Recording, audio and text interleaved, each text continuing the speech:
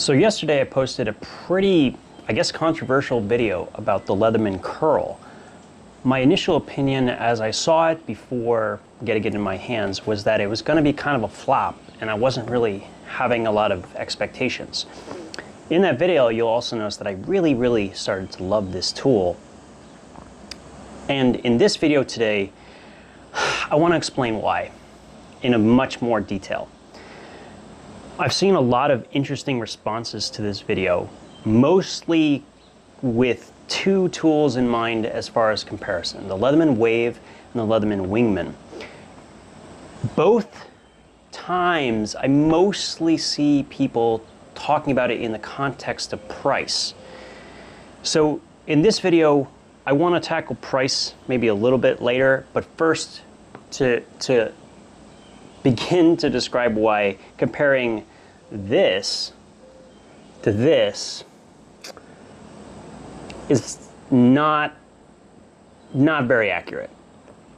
I hope you guys will give me the time to explain my reasoning and why I really believe that this, the Wingman and the Curl, are much more appropriate comparison, and why these tools, all three of them, can coexist in the market in a reasonable way.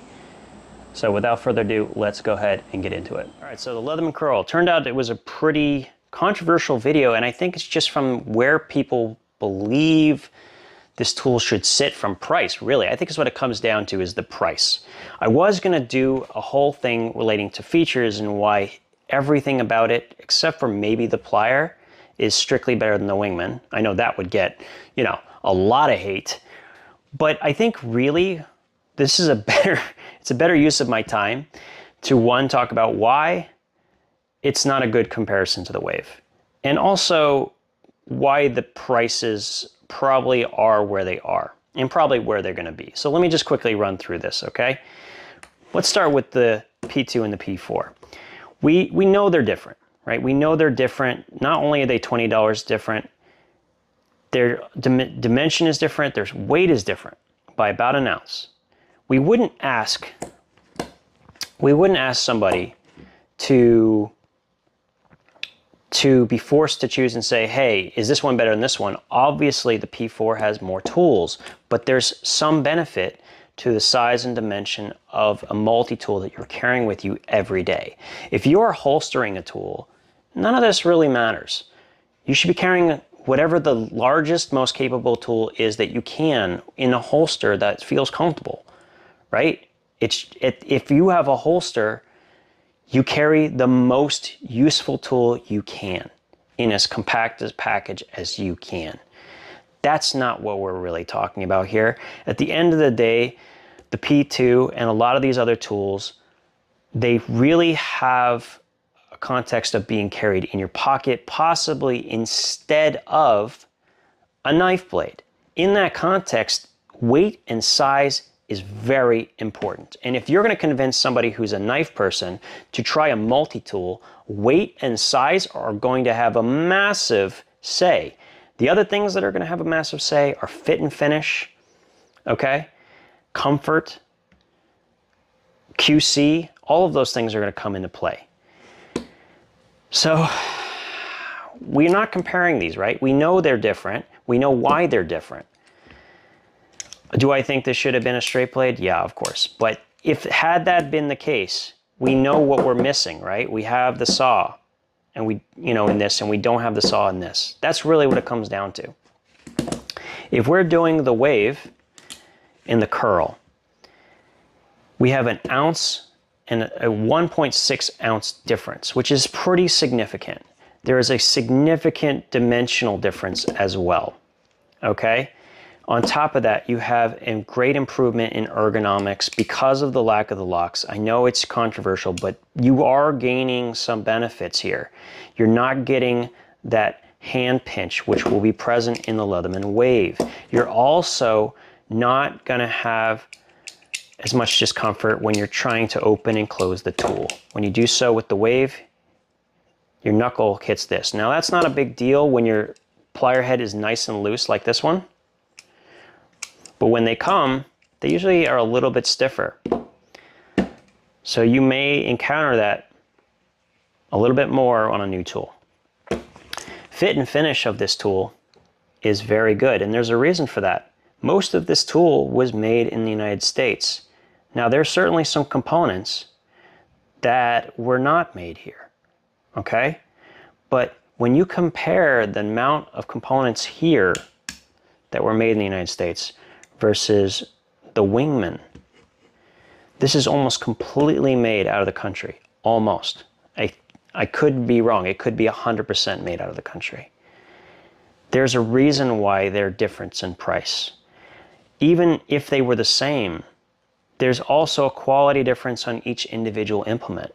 The only item that I can find on the Wingman, which I could justifiably say could be better in context, is the plier, the spring-loaded plier. I can see a justification for somebody choosing a spring-loaded plier over this plier. It is possible. Now, this one is longer and narrower, making it a better needle nose. So they both have their advantages. Nothing else in this tool can compete with what's inside this tool. It doesn't matter whether we're talking about the scissor, which this is significantly better. If you like, I will do a short video about just the comparison of the scissors. I will do that for you guys. If you really want to, put it in the comments. I just don't feel like it, frankly, and I just feel like I say it all the time. Then there's the bit driver, which is going to be far, far better than the options of the flatheads and so on in this tool. Remember, these don't lock either. And on top of that, one of the flatheads, let's see if I can get it out.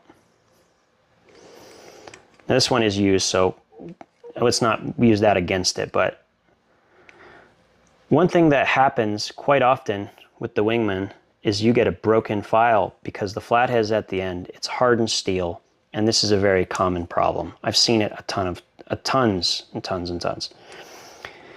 The other thing people love, they love that package opener. And I gotta say, I have never had a problem using the can opener for the same purpose. The only difference is that I go ahead and I sharpen it just a little bit more. That's all you have to do, and all of a sudden you have a package opener that's pretty darn comparable to this one. Trust me on it. Go ahead, sharpen this, and you'll see what I'm talking about.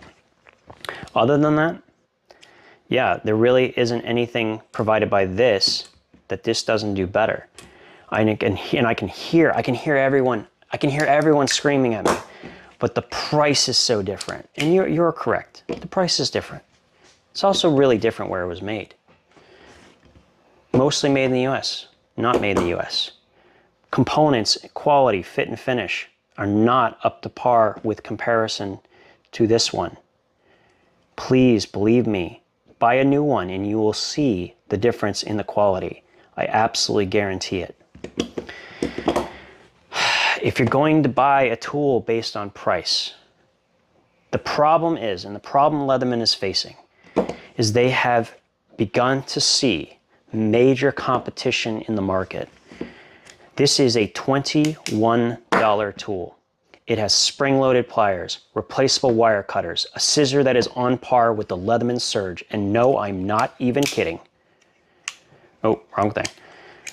This scissor is insanely good, okay?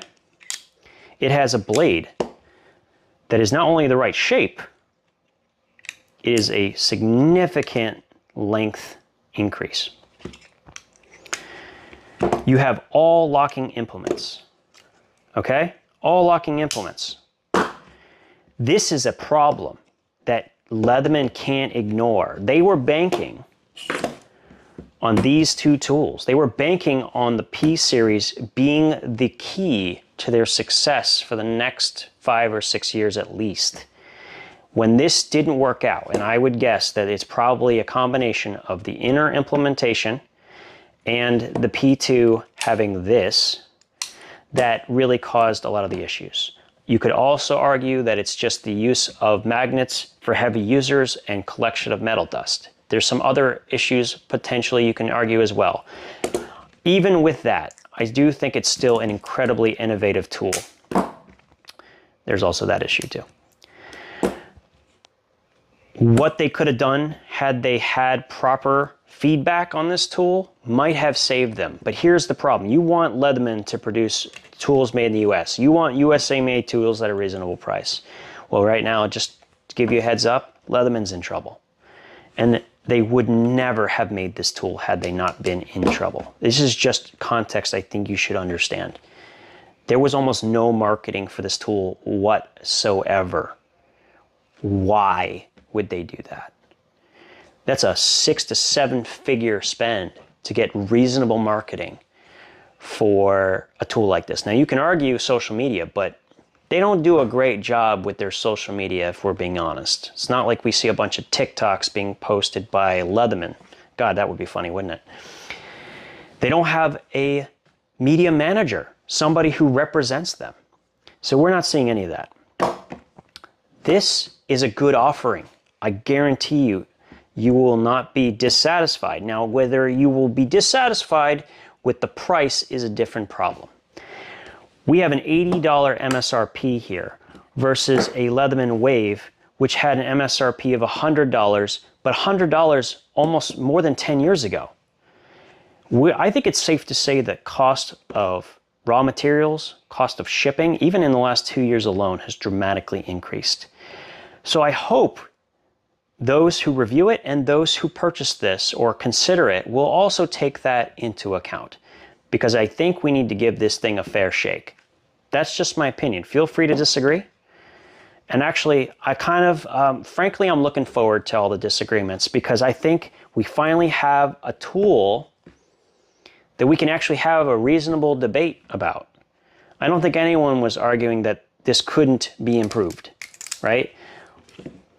But I think there's something to be said on both sides. I think this will end up being an interesting discussion point over the next couple of months. And when this does drop to 69, which I'm pretty sure it will, I think a lot more people are going to feel good about the purchase. I don't think it's necessary, per se, in 2021 for this to drop, even though that I'm sure everyone would love that. But it probably will. In fact, you may occasionally even see them for 59. And at 59, we're talking really good numbers. Okay? So, conclusion with this. I personally love it. Do I think we could have used a saw over the file? Still a debate. Personally, I would have taken the saw over the file. That's just me. But I think you can make just as many arguments for that diamond file. Very few things are good replacements for that. So that's it today. I just want to give a little context, talk about my personal viewpoint on this and why I struggle to agree with people comparing this to the Wave, and to also introduce you to the problems that Leatherman is facing, like these Chinese-based tools that frankly are way better than they would initially appear. So you guys have a great day, and don't worry, I have a feeling when the comments come out, I'm going to have to make yet another video about this tool, and I'm actually looking forward to it. So if you have something I missed, please tell me in the comments. This can be a discussion between us, and I hope we can continue to see it through.